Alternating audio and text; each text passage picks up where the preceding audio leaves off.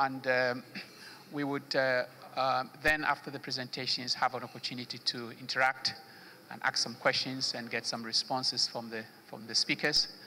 But before we start, let me introduce the speakers for this session. We've already had Mr. Kane Rollinston, who spoke this morning, earlier this morning. He is part of the panel, and I would share a few thoughts about his presentation at the end. We have Ms. Kubaska, who is from the Global Education Monitoring Report, and she will be, she joined the GEM report team in April 2016, and we are looking forward to hearing her. We also have Mr. Francis Edem from UNICEF. Francis is an education specialist in UNICEF working on teacher-related issues.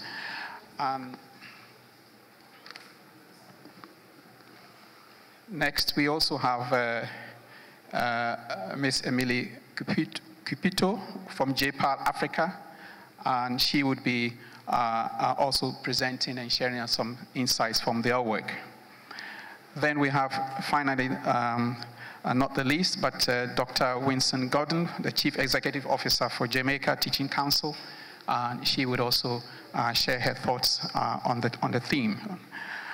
So without taking too much time, I would ask, we'll follow the presentations on the program. So I think, if I'm right, we have Ms. Kubaska to share with us on efficiency and, on teacher training. Teacher training for diversity and inclusion. She has 12 minutes to speak. Thank you. Yes. Hello, everyone. Thank you for having me here to the organizers. I'm very happy to be here, and thank you for those who came and chose our session. I hope you'll enjoy it. Let me start off with some information from the Global Education Monitoring Reports on teacher training for diversity and inclusion. Can I have the next slide, please? Or a way to change them. Yes. Ah. Oh, that's good.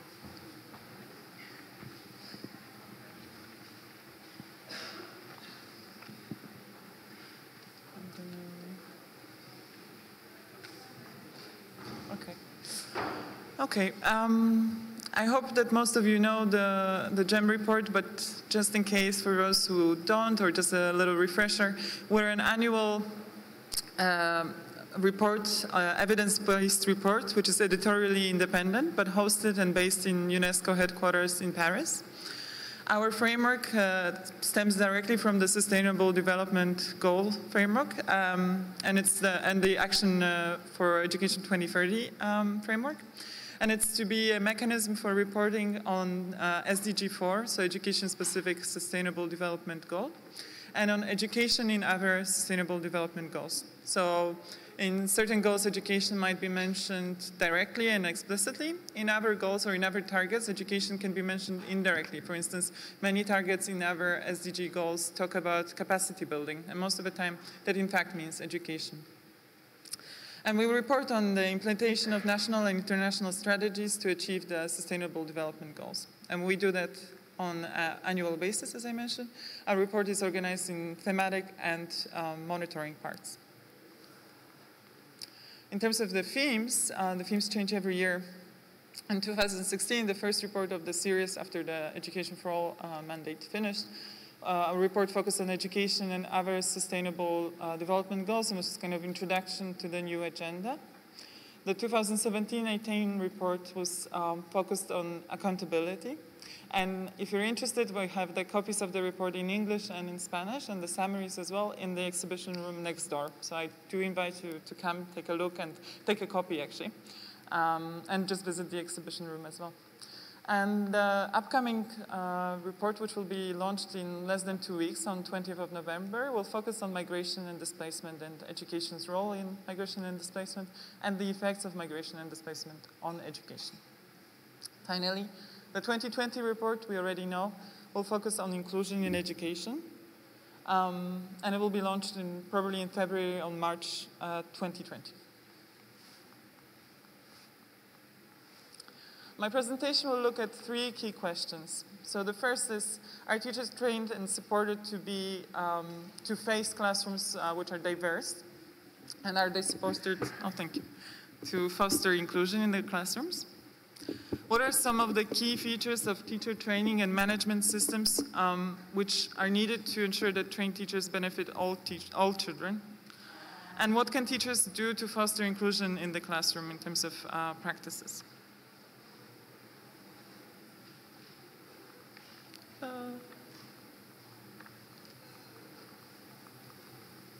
I'm sorry, I don't know if it's working, but it's going the other way around.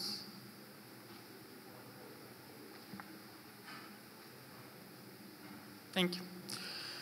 So my presentation draws from previous reports and a little bit from our thinking about the inclusion as a theme for the 2020 report, I should explain as well. And of course, inclusion is a core principle for the Sustainable Development Goals agenda, because the main principle is quality education for all learners. And then the definition that we're planning on following for the 2020 report is also quite a broad definition of inclusion, which is in line with the General Comment 4 on Article 24. So it's a fundamental human right for all learners to receive quality education, and the principle that values the well-being of all students. And so it acknowledges the individual requirements of students and the ability to effectively be included in and contribute to society. So what are the training needs to prepare teachers to teach in diverse classrooms and to foster inclusion? I mean, this is quite a complex issue, because diversity can mean different things in a kind of reality of a classroom. It can mean teaching students with physical and or intellectual disabilities. It can mean teaching in classrooms with students who are culturally diverse and also coming with potentially interrupted histories of education, for instance, as in case of teaching classrooms with migrants and refugee students. And also it can mean linguistic and cultural diversity. In many countries, this is a day-to-day reality, in fact, and we heard some of the evidence from India and the linguistic diversity in there. Next slide. Thank you. So what we know is that, in fact, in general, there's a shortage of trained teachers around the world. Overall, there's about 86% of trained teachers on the primary level of education, and you can see the rundown at different regions here from the UIS data. So while there's been a lot of improvements since the Education for All era, and there's been continuous improvement in many areas, we know there are still shortages in terms of trained teachers overall. Next slide. And we also know that while the biggest shortages are in sub-Saharan African region, and there, while in many countries there have been developments that are positive, so when you look at the comparison between 2000 and 2015, in many of the countries, there's been a big increase in terms of the provision of trained teachers. And so these are the countries on the left of the graph, and the triangle is the data from 2015. But in other countries, in fact, there's been a drop in the provision of trained teachers. And these are the countries on the right side, for instance, Ghana. And there are various factors that can explain these shortages of trained teachers. So, for instance, there could be insufficient investment, which constrains hiring, unattractive working conditions. There could be teachers that prefer working in big cities or prefer to migrate to other countries, et cetera, et cetera. I'm going to try to move a little bit faster because I think time will be a constraint. Okay. And in addition to the shortages of trained teachers in terms of initial teacher training, there are also shortages in terms of professional development for in-service teachers. So many teachers have limited access to opportunities in terms of professional development. And in addition to that, many teachers have less access to training opportunities that we know are especially fruitful and especially beneficial to teachers, such as those embedded in day-to-day practice of teaching. And even less opportunity to have access to training on diversity or inclusion. Even in high-income countries, so in countries that participated in the OECD Teaching and Learning International Survey of 2013, we know that teachers report high needs for professional development in areas that are related to inclusion and diversity. So among the top 5 areas for professional development that teachers reported a need for, training students with special needs was a #1 area among teachers from all countries, and then teaching in multicultural and multilingual settings was also among the top 5 needs. The other ones are also potentially related to diversity and inclusion, of course, but these two, I mean, specifically and explicitly relate to inclusion and diversity. But of course, beyond training, there's also management that needs to come in line with the training to assure that trained teachers and qualified teachers benefit really all students. So again, even in high-income countries, that can be an issue. Looking at the results of TALIS, we know that in many countries, the more experienced teachers are more likely to work in the more challenging schools. So in other words, the less experienced new teachers who have been in the profession for less than 5 years are quite often likely to work in schools with higher diversity, which means in schools where they might not be really completely prepared for this. And that has implications not only for teachers' job satisfaction, but potentially also for teachers' retention, because if one of your teachers' first jobs are those kind of more challenging situations, and if they don't have the benefit of more experienced mentors around them, then of course it is likely they might quit the profession or stop, or be less efficient and less motivated. As I said, provision of teacher training is not enough, and in terms of kind of management, for instance, for school principals, there's a lot of there's a potential for them to help teachers to take part in training, because even if training is offered, teachers might face obstacles to actually engage in training. So these can be associated with costs, conflicts with teaching schedules, or distances to where the training is offered. So all these, some of them are within the school principal's power to help teachers to take part in, but for others, they really need policymakers' help. And of course, attention is needed to the type and topics of training. As I said, not all teacher training might be equally beneficial, and again, practice kind of based training, we've heard this in presentations today and yesterday as well, might be more helpful for teachers. And inclusion, again, is also something that might not be addressed in many teacher training programs. Let me skip this in the interest of time.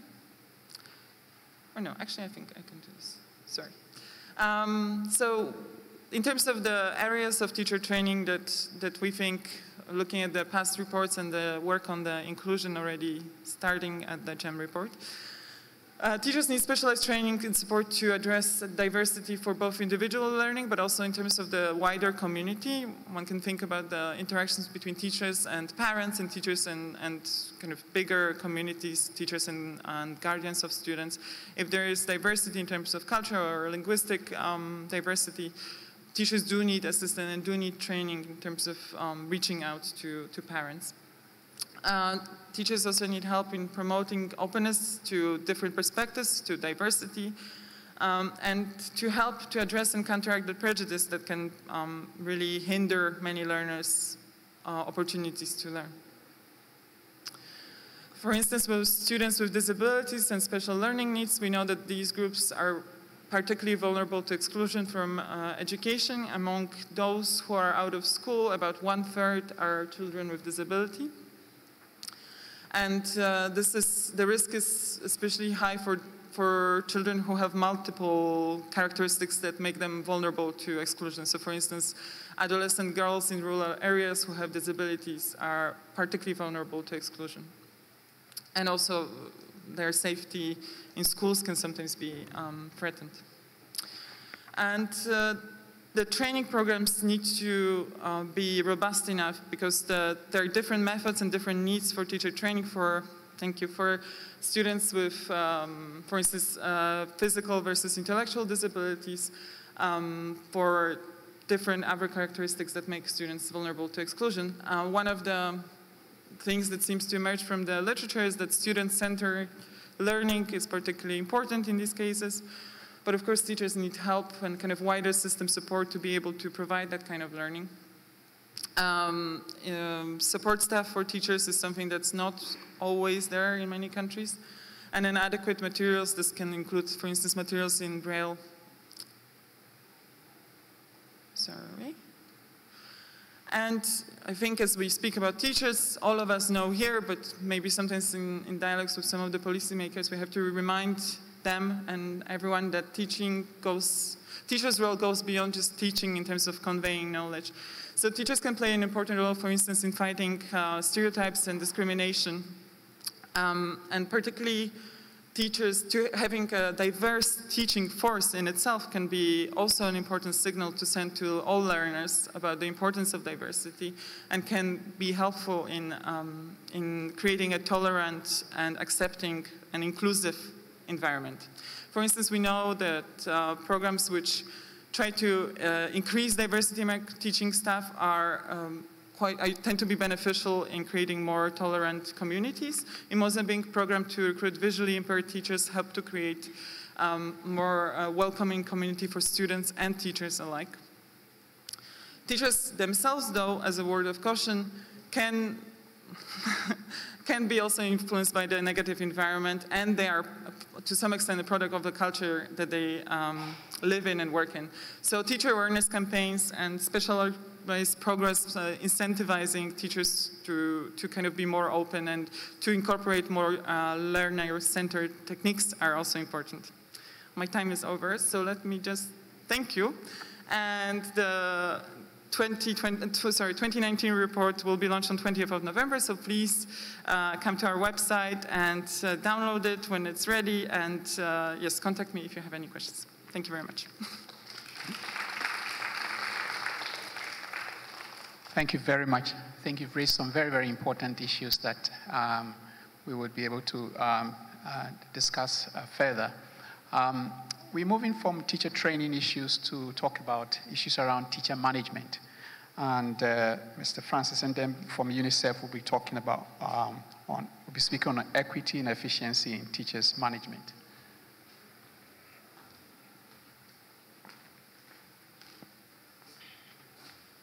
Okay. Hello, everyone. In the coming minutes, we will be talking about equity in teachers' management. Okay.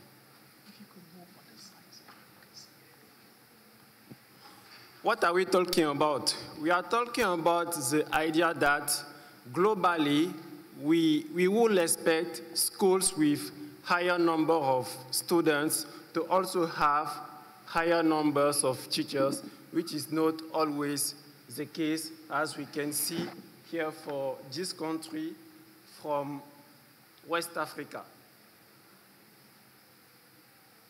Wow.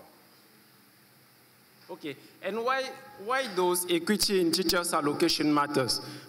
Equity in teachers' allocation matter because there are practical consequences for children when teachers' allocation is not equitable enough. Here we have two pictures taken in two different schools in the same country. And we can see that in the second school, because of inequitable teachers' allocation, children have to experience learning conditions that are not the most adequate for improved learning. And it's an important issue because more often probably than we think, teachers' allocation is not equitable enough. Here we have the criteria that we use to measure equity in teachers' allocation. The measure varies from 0 to 100%, and the higher it is, the higher the teachers' allocation is equitable. And we can see that in many countries, the equity of teachers' allocations, our criteria is lower than 60%. I think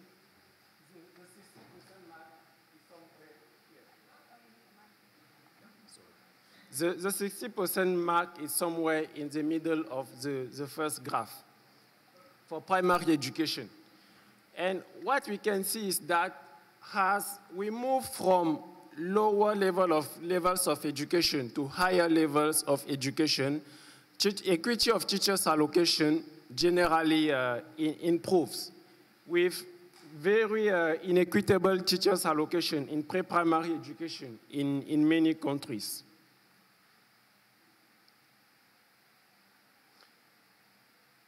One of the solutions that people think about generally when it comes to improving teachers' allocation is decentralization, whether it's decentralization of teachers' deployment or local recruitment of teachers. And what we know is that actually the differences in teachers' allocation are much more important within region than between regions. So the inequity is not the result of inappropriate allocation from the central level to the region, but it's more the result of inequitable allocation in schools within the same region. So decentralization might help, but it's not necessarily the most important aspect to think about. We have inequities between schools in teachers' allocation, but we also have inequities within schools. And this materializes by the fact that there are generally bigger class size in first grade in primary education compared to the last grade of primary education. We have data for some countries, and in all of them, almost all of them, except maybe Sao Tome, I think we have around 50 countries, 50 to 60 countries. In all of them, except Sao Tome, the class size are significantly higher in last grade compared to the first grade. So we have inequities within schools in terms of quantity, but we also have inequities within schools in terms of quality, corresponding to the fact that generally the more qualified teachers are allocated to the last grade of primary education compared to the first grade of primary education. And what do all those findings tell us about equity in education? I thought education was supposed to kind of reduce inequalities between children. But what you observe is that as most education systems operate in developing countries, education actually worsen inequalities between children. So we really have to ask ourselves the question about whether we are fulfilling the most important mission citizens can expect from education. Again, when it comes to solutions to tackle this issue of teachers' allocation, generally people think about human resource management roles and mention decentralization. People think about IT tools, etc., etc. But there is probably an important dimension that is overlooked. This dimension is the fact that teachers' allocation is linked to classrooms management. And we can see that in some countries, the driver of teachers' allocation is actually the number of classrooms as opposed to the number of students that are enrolled in those schools. The number of classrooms and the way they are organized in terms of multi-grade classrooms, the number of shifts by actual classrooms available, etc.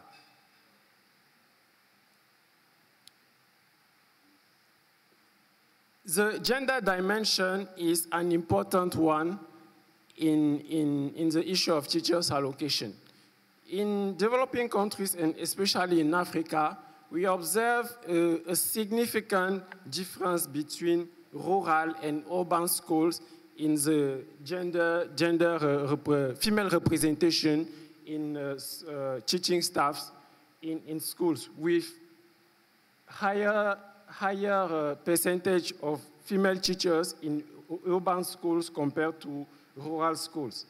The gender difference is quantitative, is also qualitative, especially in secondary education, with a very limited presence of women among teaching staff in mathematics and science is probably something we will have to work on moving forward in order to reduce gender biases in education in general and in science and technology particularly. And I think that's all for my presentation. Thank you. Thank you very much for a very interesting presentation. I think you've raised some of the issues that we tend to forget, or we don't take into account very much, about just how, when you break down the allocation issues to the school level, to the district level, it takes on a very different character. So I think you've presented a lot for us to think about in our discussion, and I hope that we can get some of you to respond and to share some of your thoughts on that. Thank you very much. Now we're going to move on to talk about inputs to outcomes, shifting the paradigm from inputs to outcome, and we'll have Ms. Cupito from JPAL to present.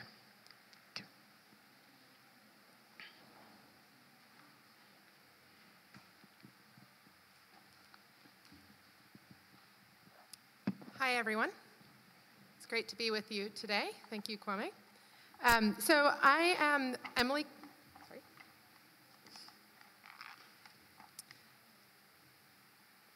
Is it working? Okay. I could just remember the whole presentation if you'd like. I'm Emily Cupito. I work as the Associate Director of Policy for JPAL Africa. And I represent a team here today between an NGO called Pratham, which is one of the largest education NGOs in the world, based in India, and JPAL, both in Africa and globally, that are working together on an intervention called Teaching at the Right Level. Today, I want to focus my presentation on the goal of education, and why it is that we have schools, why it is that we've invested so much in sending children to school, and then think a little bit about whether or not we're reaching that goal and what we'd like to do about that. And so I think this will be old news to all of you, but as you know, we are really doing a wonderful job of getting children into schools. And I think that's really to the credit of to governments and to the international community across the world, and to many of you in this room today, to really making sure that children are able to enroll in schools. However, and again, this is old news, learning outcomes are not what we hoped that they would be. And I think that it's taken years of work to uncover this fact, but across many countries in Africa where I work and across other continents, we're still seeing very low levels of foundational skills in reading and maths in schools. And so I'll share a little bit of data from the PAL network. They run citizen-led assessments, and this is one example of a question, a grade 2 level question that they've asked grade 5 level students. And they found that in many countries, large portions of grade 5 level students are unable to do grade 2 level work.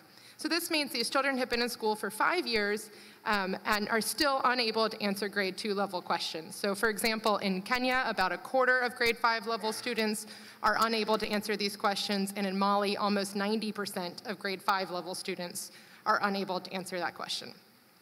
We heard a presentation earlier by Mr. Rolston about examples from different countries.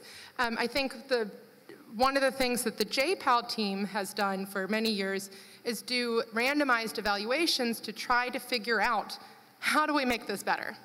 And so we have a network of researchers from across the world that have conducted these evaluations. And we've conducted about 200 randomized evaluations to really figure out with strong causal impact what could make a difference to this. And I think one of our really resounding conclusions from this research is that business as usual inputs are not improving learning outcomes. That it's good to get children into schools, that much we know, but once they're there, adding more inputs doesn't seem to make much difference.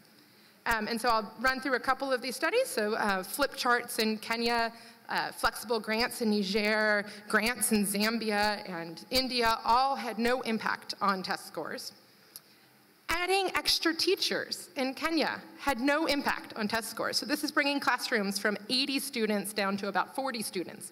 No impact on learning outcomes if you just do that alone. Providing extra computers in Colombia and Peru, no impact on test scores. Anyone getting depressed yet? Adding extra textbooks in Kenya, no impact on average test scores.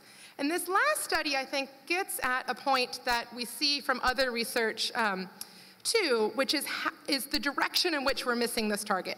If we're aiming at this bullseye, we're like shooting over here and missing a lot of the students. So on my next slide, I'll show a graphical representation of this. And on the textbook study, what they found is that even though there was no impact on students on average, it did help the top-level learners. Those top-level learners are able to use some of these resources, I see lots of nods in the room, and really run with them. And so in this representation, I think the way that the JPAL researchers have been thinking about this is to say that education is really designed for winners. It's designed for the students that are going to go all the way through, make it to secondary school, make it to tertiary, really take advantage of this ambitious curriculum, and that's great. But we've got all of these kids in schools. We've sold them this promise that if you come to school, your life will get better, and then yet so many children are missing foundational skills. And so what we'd like to do is to change education from winners to all children learning well. And so we have an intervention called Teaching at the Right Level. That's one way of doing this. As I said, Teaching at the Right Level is a partnership between Pratham and JPAL and many other partners. There's even partners in this room today. And so what is this approach? This approach mostly works with middle primary students, so primarily with grades 3 to 5 students. It assesses them with a simple tool, and then it reallocates for 1 hour a day or 3 hours for a month, reallocates those students by their learning levels rather than by their age or grade, and works with them on basic reading and math skills. So it's really working with those 90% of children in Mali who are missing those foundational skills and saying, which skill are you missing? Let's work on that skill, and let's get you these basics so that you can engage with the education system with that foundation built. Teaching at the Right Level is not a teacher training intervention. It includes teacher training, but it is more of a holistic approach to addressing the education system that includes mentoring, includes monitoring support, and includes a paradigm shift from just thinking about delivering an input to focusing on what children need and adjusting the education system accordingly. I'm not going to go through the details of this slide. These are randomized evaluations on teaching at the right level or related interventions. I've spent years studying these studies and would be happy to talk through them with you. But I think the main point that I'd like to make here is that as a research organization, we've done a lot of work to figure out what works. Most things don't. And teaching at the right level resoundingly does. And I think as someone who's devoted their life to trying to think about research and policy, the times when we find something like this, we need to shout from the rooftops to the international community about what you can do with this research and how it can transform the way in which education systems work. I wanted to share a little bit about the size of our programming and the type of our programming as an example of how civil society can work together with governments. Teaching at the Right Level has been running at scale in India. So far, it's helped about 50 million children in India. Pratham, the education organization in India, is helping about 1 million children a year through staff-led learning camps that are run in government schools, and an additional 5 million children a year in government partnerships. So these are classrooms led by teachers, supported by Pratham staff, but the Pratham staff are helping things like training of the master trainers who then train mentors and teachers and giving some holistic support to those education systems. In Africa, Pratham and JPAL are working together with many other partners. In Zambia, it's our front-running program. We've been working with the Ministry of General Education there for about 3 years, and with a number of partners, including VVOB, who's in the room with us today. And the Ministry of General Education is about to reach 1,800 schools by 2020. JPAL and Pratham and other partners are working in Cote d'Ivoire and Nigeria to pilot this approach, and working deeply with the ministry to think about scaling it in those contexts. We're working with a number of partners across many countries, and those partners are working with governments to scale up. And finally, we're working with a growing network of NGOs that are working on the teaching at the right level approach.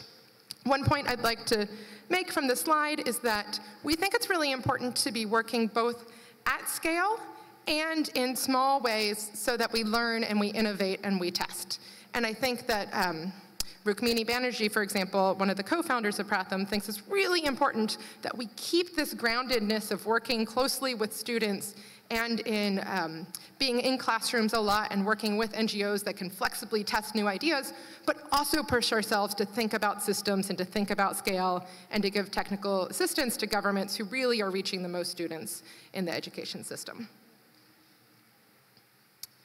Great, I just wanted to try to share some recommendations from Teaching at the Right Level that were broader than this intervention itself. I know many of you might not ever use this intervention. I hope that many of you will. But if you don't, I wanted to share some of these recommendations. These recommendations are mostly from me, maybe not necessarily endorsed from JPAL or Pratham, but do get to some of the fundamentals of why I think this approach works. The first, and you'll recognize this slide, is that it focuses on foundational skills. And I know this sounds pretty simple, but I think that if our education systems have missed giving basic reading and math skills to the children who enter school, we've really missed the point. And I know that there's a lot of work going on to improve those foundational skills. I think a lot of that work is happening in the early grades, and I would say that we also need a safety net for the children who get through those early grades and maybe came in and out of the schooling system or weren't there that often or had other challenges that they missed some of those foundational skills. They need a safety net to make sure they have those foundational skills either before they continue on in their education or for the rest of their lives. Some of these children might not make it past grade 5, and what is it that we want to leave them with to be able to help their whole lives? Second, assess outcomes as part of the approach. In Teaching at the Right Level, the teachers use a one-on-one assessment tool, and they spend a few minutes with each child to assess their level. And as a result of that assessment tool, they're able to say, this child can do subtraction, this child can do addition, and then they're able to say, what is it that I need to teach this child, and how can I teach them that? And after using this tool, that becomes part of the approach. So they immediately put a child into a different group depending on their learning level, and then use that tool to advance the children through those learning levels as they master those learning levels. So this really easy assessment and this immediate assessment as part of the action that the teacher does, I think is really important to thinking about a way that we can focus on outcomes rather than on inputs. I also think the nice thing about this data is that it's very simple. So parents can understand it, the mentors who are supporting the teachers can understand it, and the education officials that are trying to support this program can understand it. Finally, my last recommendation is to pair training with ongoing support. Mentorship is a very large part of the Teaching at the Right Level program. And I think there's a couple of things that are a little bit radical in the way that we support mentors. One is that the mentors learn by doing. So before the mentors work with the teachers, they spend 3 weeks in the classroom trying the approach themselves. Many of these mentors are very senior level education staff who at one point were teachers, but maybe haven't taught in a while, and they certainly haven't taught this new approach. And so before they can become the experts, we want to really get them thinking about what students need and learning how to advance students' learning levels on this new approach. Second, that we think it's really important that these mentors are the same people who train the teachers, so that they can holistically think about how to support the teachers. So you're not just thinking in your box about training or thinking about monitoring, but rather you're thinking, what is it that the system needs and how can I add that? And finally, on the mentors, they are given lots of guidance to not judge the teachers, but rather accept them where they are and be helpers to help them improve. Beyond mentoring, teaching at the right level gives a good bit of systems change support. So things like working on the M&E systems or working with education officials to think about this area has low learning outcomes and how can we help them improve. I think this flexibility to where things are going well and helping them run is really important. And as one of the Pratham staff likes to say, the areas that are struggling, you want to sit on their heads to help them improve. If you'd like to know more about teaching at the right level, I'd encourage you to look at our website, and I'd be very happy to talk to you after this. Thank you so much. Thank you very much, Emily, for your presentation. I think, again, the presentations are narrowing in on some issues that are going to be very important as we begin our discussions, and the point about teaching at the right level is, I think, an issue that we need to factor in our discussion about how we prepare teachers to meet the needs of the most marginalized or disadvantaged children. So thank you so much for your presentation. We move to the last but not the least presentation by Dr. Winston Gordon, who will be speaking to us on the topic Gender Equity for Sustainable Development. Thank you very much. You're welcome.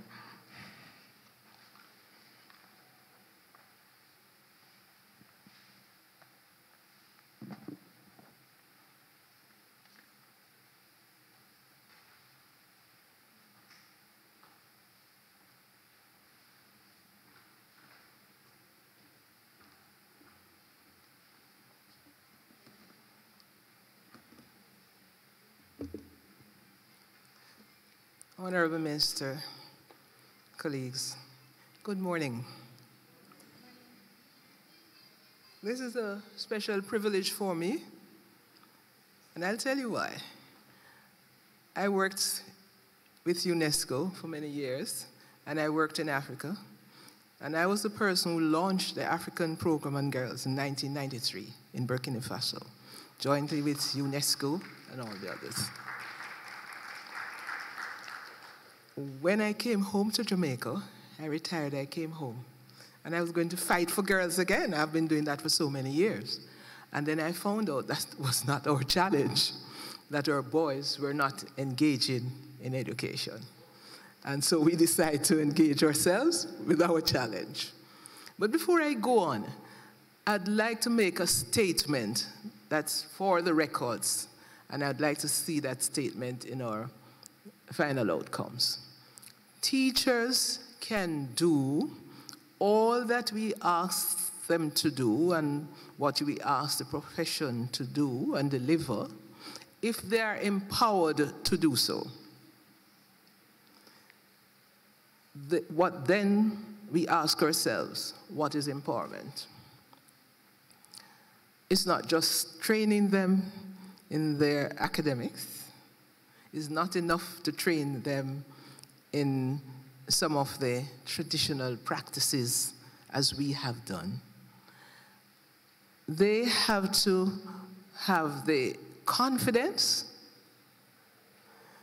desire, commitment to change. Governments can set as many policies as they would like. But at the end of the day, the teacher is inside of a classroom with a set of children, and it's what they do in that setting that will make a difference. And so their empowerment to make that difference is critical. Encourage their professional conscience. So I'm going to be talking about teachers doing again. In terms of gender,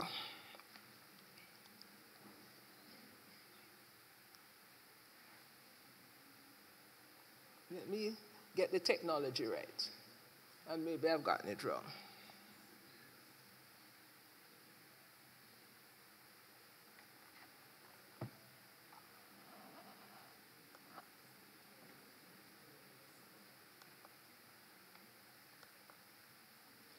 Is it the left or the right one to move it? All right, now I know. I've learned. Yes.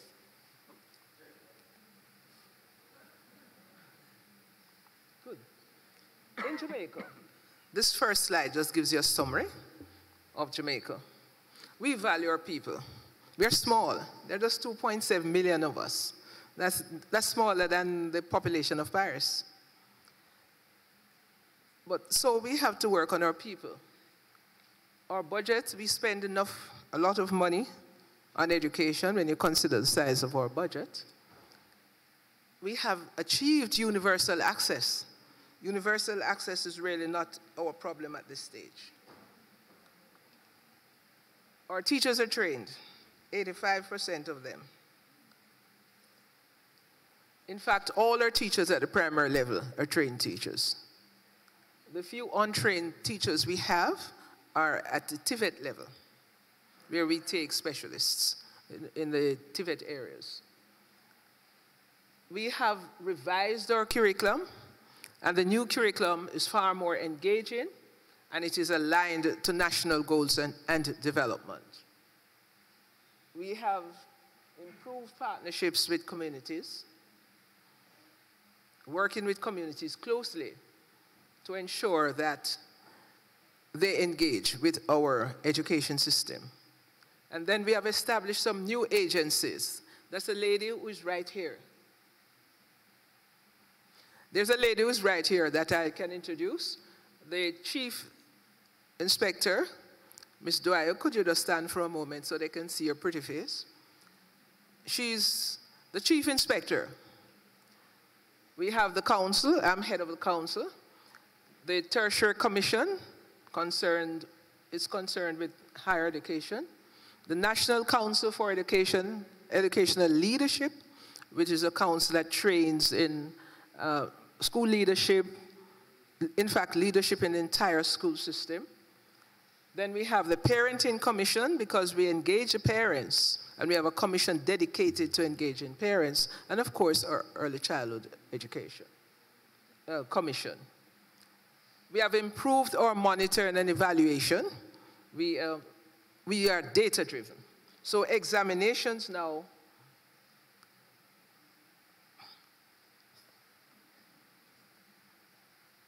examinations are vital.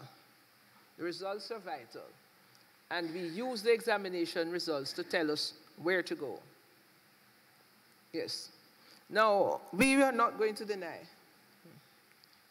We are not going to deny that we have some problems with women in Jamaica.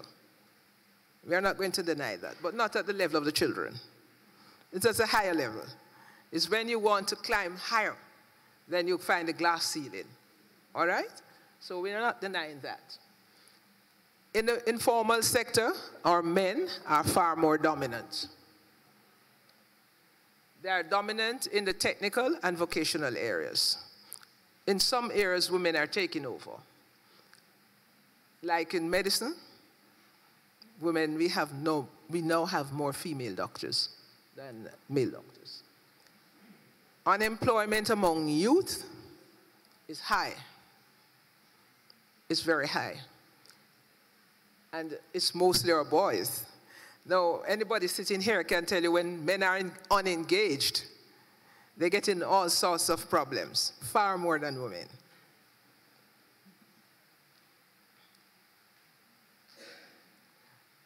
So the enrollment pattern by gender, not this one.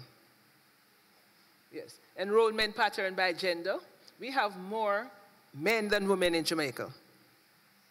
One of the few countries with more male than females. But when they get to the higher grades, the men drop out. And so we have more girls at the higher grades. And when you get to the very high grades, when you get to the tertiary level of the population, we have only 30% men. And sometimes some of them got in because they're men and not because they're qualified to enter the level. See how hard we're trying, so let's go. All right, I took this from internet. I love it because that's what we do in our systems. We set these national exams and say, come on, all of you take the exams and you must all do well. We expect all of you to achieve 80%. Well, the elephant is asking us if you're idiots, you think you can climb a tree. The monkey is saying, this is my thing. Just give me a minute. As for the fish, is wondering, you people don't really understand what's happening around here, you know? This is really our classroom. We ask everybody to sit the same exam. Even if we are doing differentiated teaching, we still keep the national exam. And we still assess people on the national exam. It is not working. And I saw my colleague, the last speaker. I was very happy to see your results because I've been saying it for a long time. More tablets, more books, that's not what's going to change education. Let's go on. So we worked with the Commonwealth Secretariat, and we did a study on what is the problem with our boys in Jamaica. Are the Sam Sharp boys here? The boys from Sam Sharp? We did a study on what is the challenge. Why is it our boys are not doing well? And we came up with some results and realized that we needed realistic approaches. We need to listen to the boys. And I asked for the Sam Sharp boys because I never speak in their absence. Boys are always around when I speak about them. Because we need to listen to them, hear what they have to say, and we did. We engaged the teachers, the principals, the education officers, the inspectorate in the dialogue.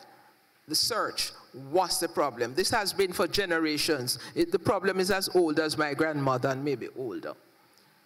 So when we worked and we found the problem, we started searching for the solutions. Because, you know, the solutions are around you. Very often, the solutions are all around you. It's how you assemble those solutions and then integrate them in the system. So we found some answers. We found pockets of teachers who were doing very well with our boys and came up with a compendium of strategies that we fed into the system to work with the boys. We engaged the private sector. A huge forum we would have with the boys and the private sector. And I can tell you, CEOs of companies who don't have any time to talk to me, they would come to the forum and sit with the boys the whole day, working with them, motivating them, encouraging them, and the boys appreciated that. We focused on gender disaggregated data. So we could see what is it our boys are doing and how they're doing it. And then as we progressed, we brought on new partners, the British Council. The British Council works with Jamaica to have a Boys Education Week, established an annual event now, the Boys Education Week. We tracked performance, and we had sessions on brain-based education to understand what's the real difference between boys and girls. How boys learn, how girls learn. When do boys learn what? When do girls learn what? When we did the first exercise with our teachers, about 156 teachers, and asked them, just give us one word to describe the boys. Of the 156 teachers, we got 3 positive words. They're naughty, unruly. And then 4 years later, after we implemented this program, we asked the teachers, this time 256 teachers, the same questions, and we got 3 negative answers.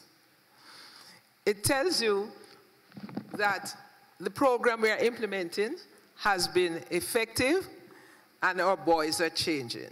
The data, examination data, the examination data is showing, just this year, last year and this year, that the boys are improving their performance. One step at a time. They're improving their performance. This year, they improved their performance at several grade points. Keep going. We stop there. So the boys had to give us their perception, and it is important. What boys said about themselves. And they said they need good support system. Goals need to be set. A class must be disciplined. It is amazing how boys focus on discipline. Discipline and order. They needed people to know their learning style. They wanted people to know their needs, to engage with them. That's essentially what the boys told us. Next one. What the boys told us. Next slide. So we have to recognize and appreciate and nurture the talents of our boys. Teacher empowerment, I spoke about it before, is very important because it is difficult for a teacher who is not empowered to deal with a diversified classroom, to deal with customized education. The research is also, teachers need to research to identify the economic opportunities. You cannot be teaching in an environment with coconut trees, and that's the product of the environment, and not engage the children in the product of the environment. Because you have a curriculum that comes from somewhere that says you must teach about breadfruit. But that's not where the children are. And the product of the teacher must know and engage with what is happening in an environment, the economic situation of an environment, in order to make education relevant. So it's like downloading. Although I don't like to talk about downloading too much because that's what we do with the media as developing countries, we need to upload more. But when a national curriculum is set up, the teacher must feel empowered to translate that national curriculum into economic education activities that lead to economic, socio and economic development and the development of the whole child. We need better, of course, better equipped laboratories, and empowerment for school leadership is critical. Promoting a culture of excellence. We need to promote a culture of excellence. Students need to know that this is what I can do, and this is what the school will help me to achieve. School is not a place where children fail. It was not designed for that. At no time at all, school was designed for failures. So when you're talking about education, equity in education, it means that everyone can succeed, and you're creating the opportunity for everyone to succeed. So if a child gets one right item out of 10, it is an achievement. And the system has to see that. One speaker spoke about the system itself, that the system has to change. The system has to accept that one right answer out of 10 is a success, and you're going to build on that. And if you're going to build our children, if you're going to engage with differences, then the system itself must change to cope with the rate at which human beings develop. We can go on. We can pass that. Go on. Okay. So, as we say, we need a responsive system. We can talk about special needs education. We can talk about gender equity. Now, at this stage, 2018, after Jump 10, Dakar, and here with Enchian, we have to talk about systemic changes. We need to look at systemic changes because many of the problems you presented this morning are problems that were presented in 1990. I was in Jump 10, all right? Now, look how far we are from 1990. It means that it is not about just changing some training here and a little there. It means that the education system must be reconfigured and that the philosophy of education must change if we are going to achieve what we have set out to achieve by 2030. You understand me? That we are coming from far with the same issues. We are coming from far saying the same things. Then something, we haven't touched something.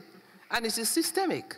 We have to now look at education system to make it equitable. It has to change. So sorry to as interrupt. we go forward, I'm coming, sir. Okay. Go on. Go on. Go. Go on. Yes. As we go forward with the dialogue, this dialogue, when we get to this platform, again, we must see systems are working towards being inclusive, genuinely inclusive, not theoretically inclusive. This is what we're about. And we're coming to the final one. That's the next one. Next slide. Yes? Well, our boys speak for themselves. I said that. Those are boys, they just speak for themselves. Next one. Our phase 2 is mentorship program. Is Dr. Bertram here? There's an NGO in the United States that we have now partnered with to start a mentorship program for our boys. They will be mentored right through school. It is critical for us. We know that with mentorship, sometimes one-on-one, because they do get into trouble, you know, they get into crime, they make your lives uncomfortable, so you have to work with them. And so we are now moving into phase 2, which is a mentorship program that will help our boys to develop. So we have come to a watershed year. This is our watershed year to make a difference for boys everywhere. Because although the girls have some challenges, do you realize if you have good husbands and good fathers, that it will solve the girls' problems? I have said that over and over, and I want to say it again. If we have good husbands and we have good fathers, the problems of the girls will be solved.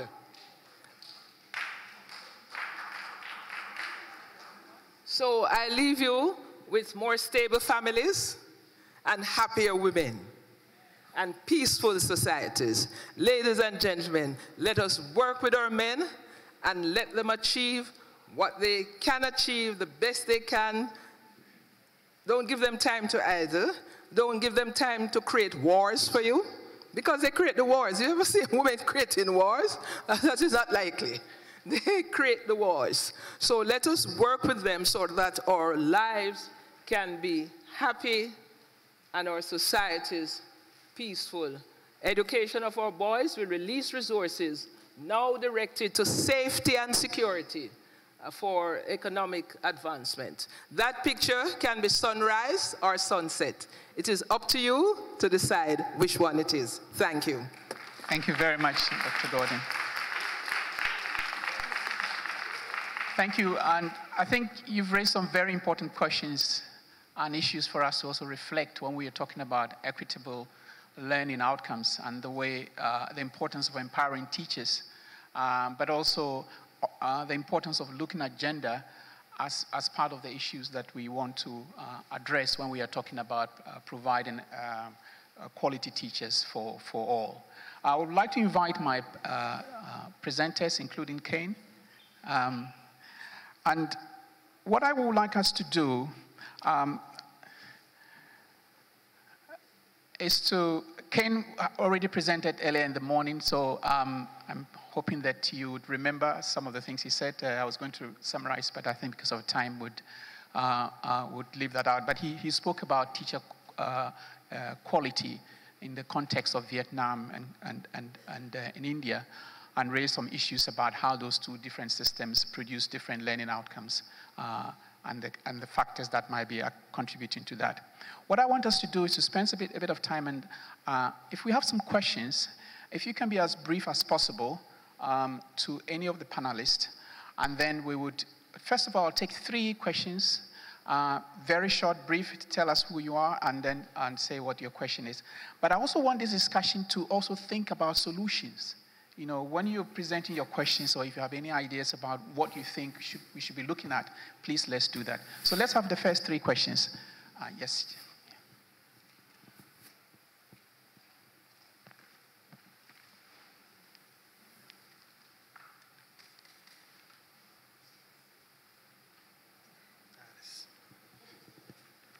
Muy buenos días.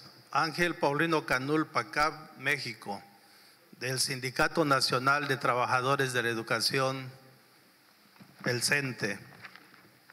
A la Miss Cubaca.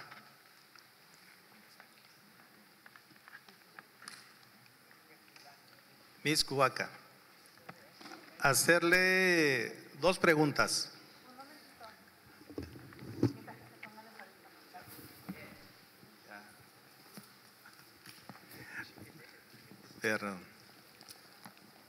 A la Miss Cubaca, preguntarle cómo motivar a los maestros más capacitados a ir donde más se les necesita, que queremos entender que son los lugares más apartados, más alejados, con el mismo salario. ¿Qué hacer? Segunda pregunta, ¿cómo atender las necesidades especiales de los niños de pueblos y comunidades indígenas o pueblos originarios, donde quienes tienen esta discapacidad son tratados casi como, no como seres humanos por los propios padres, que incluso no les permiten ni siquiera salir o llevárselos a la calle? Esas son las dos preguntas. A Mr. Francis, preguntarle, comentarle más bien y dejarlo allá.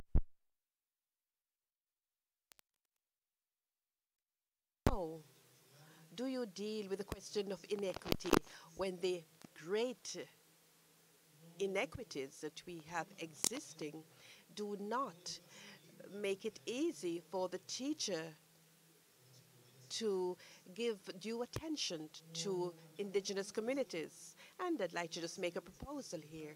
I'd just like to say the National Union of Education Workers in Mexico has, in collaboration with UNESCO, has developed a guide. It's a pedagogical guide for strengthening indigenous languages that is spoken and written. And this document was presented last year in June in Paris to in the Museum of Mankind, when we also set up the possibility to have a different anthropological vision, because we have had consultation with the indigenous peoples and communities. We have consulted teachers and students, and on the basis of that, we made up this guide. So I would like to perhaps introduce it in the next breakout session, in the last breakout session, when we'll be talking about the experiences that we've had. And lastly, my last comment, with respect to the question of professionalization. In Mexico, we have set up a platform which is called SINADEP. It's a national system for professional development, where we deal with the teachers, we give them tutorials, we give them a certificate on the basis of an agreement that was set up. And this is my last comment. Thank you. Thank you very much. Let's have the second one.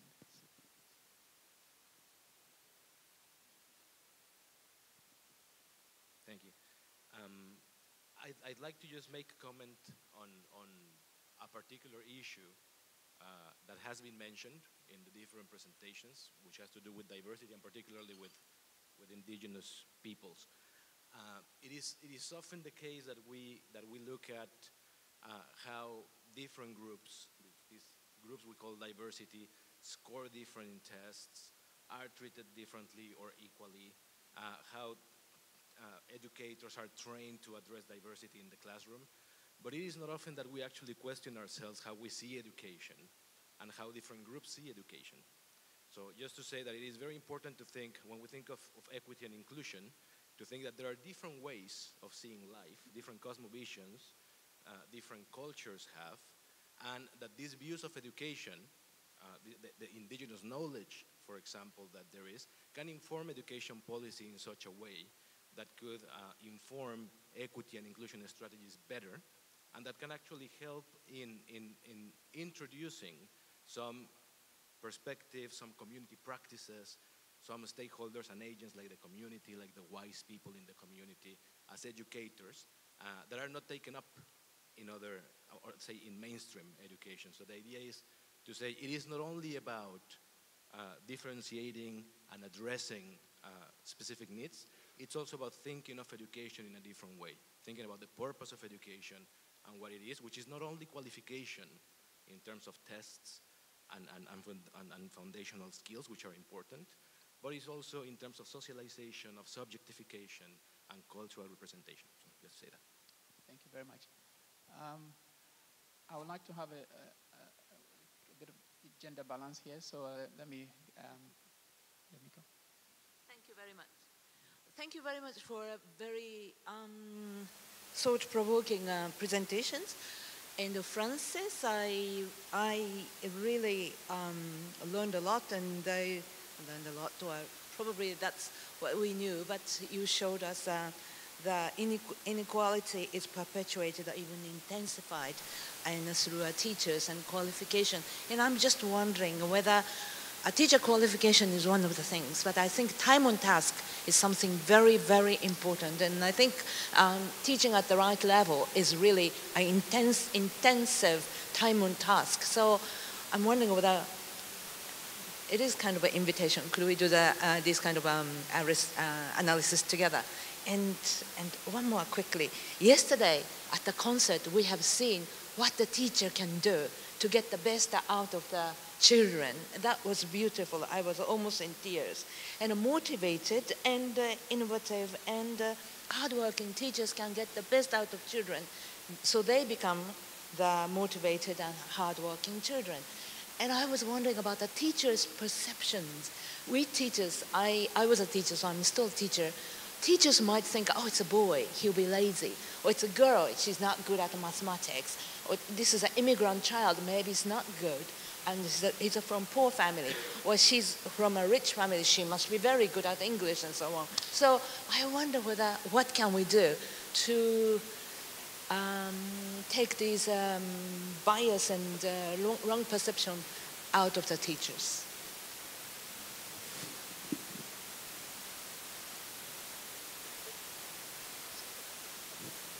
Sorry, could we have the quick round of responses, and then we can take maybe one or two more? Okay. Any of you would like to respond to quickly to some of the questions or comments, please?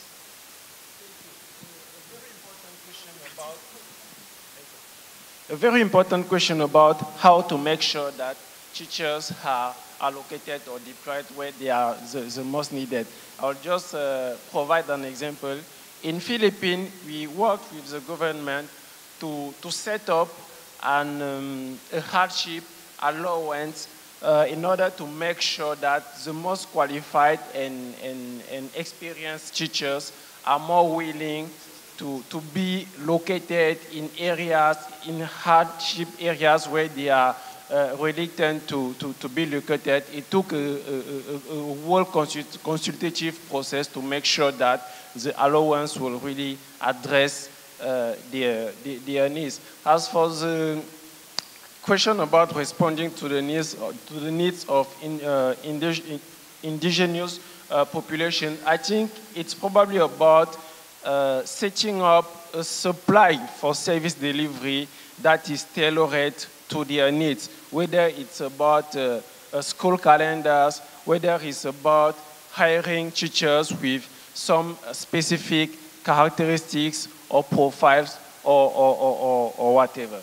That will be my answers to those questions. Thank you very much. On the matter of inequity in our system, it's really, we just have to change the education system. What we need to do is to look at countries that have succeeded, like New Zealand and the Maoris.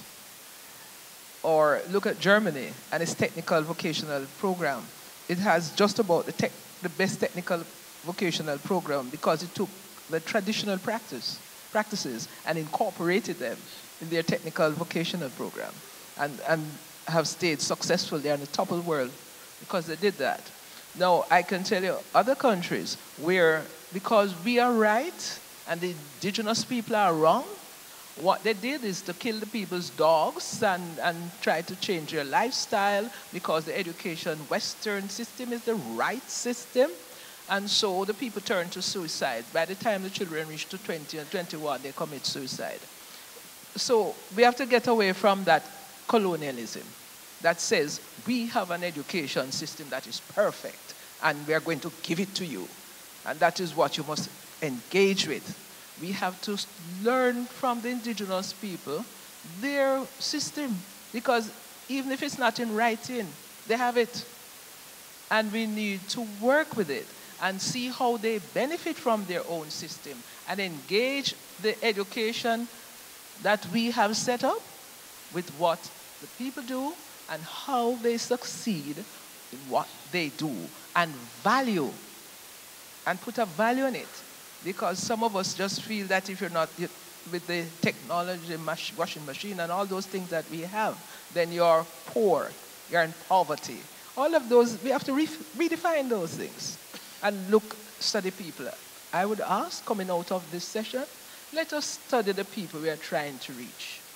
And let us reach them in a way that is engaging and meaningful. Let us look at our system. There's a country, I think it's Denmark, where there's no national examination. Because what we have done in some countries, we have said, okay, come to school and we are going to try to teach you according to your language and according to many things, and then set a national examination that everybody must take. And once you do that, you're creating inequity. So I am going to underscore it. We have to look at systemic changes. Look at countries that have succeeded differently. They have succeeded differently, and they have more inclusive systems, and we change. Thank you.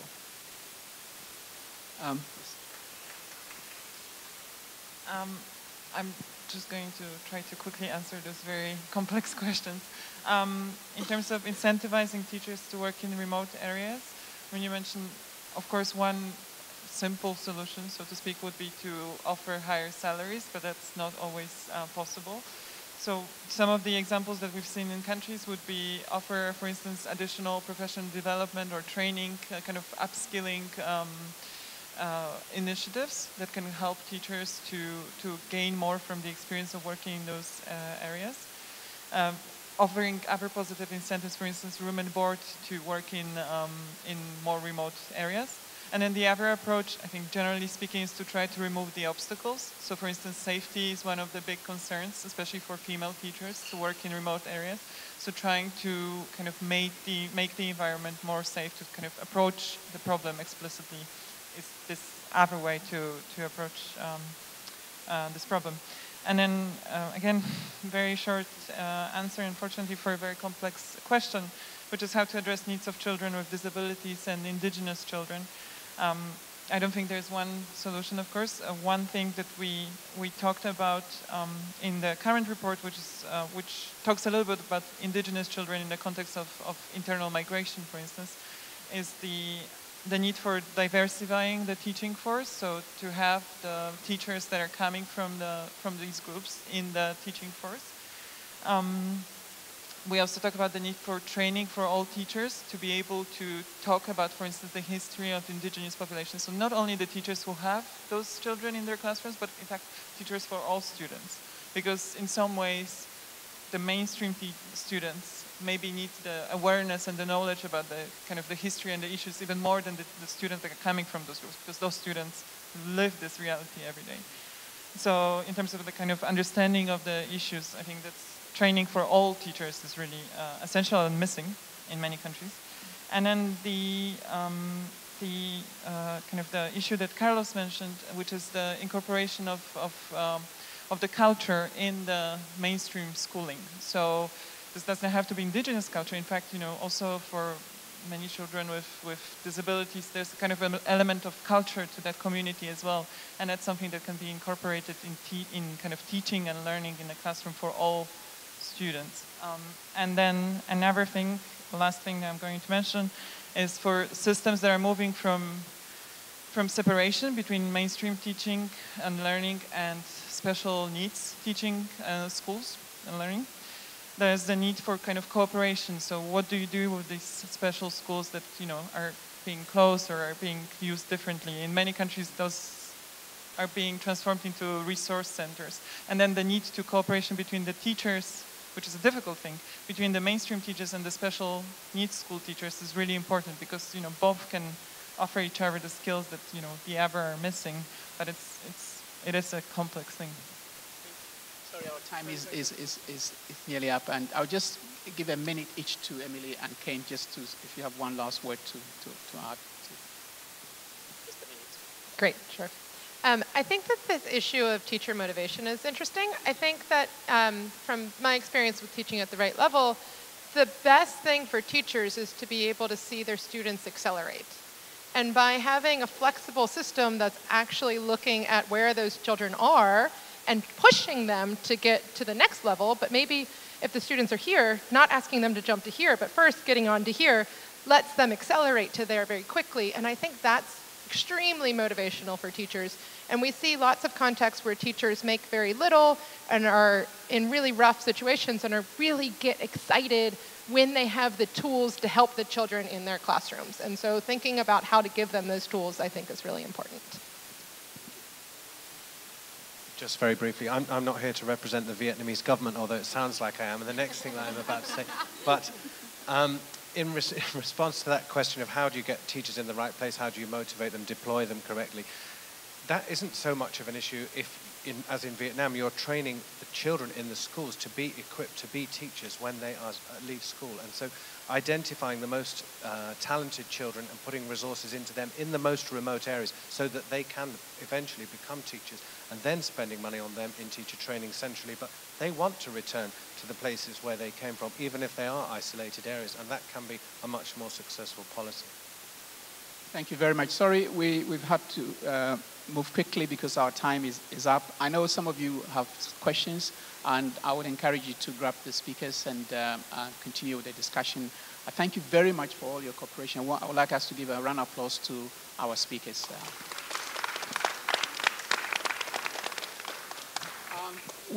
It's time for lunch, and we will go into the next room for lunch. We're supposed to be back about 10 minutes to 2 o'clock. And also, if you could, we encourage you to go to the exhibition center and continue to go through the materials and see any of them which are of interest to you. But once again, thank you very much, and see you this afternoon. Thank you.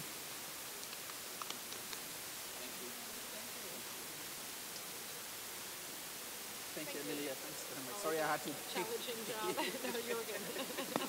I was under strict. Well. I could see the warnings coming as well. I was told you can't go beyond 12:30, so I thought, oh my goodness. But I'm really interested in the stuff you're doing because we've been doing some work on how to schools already, like in Ghana, focusing on series and learning a lot about how.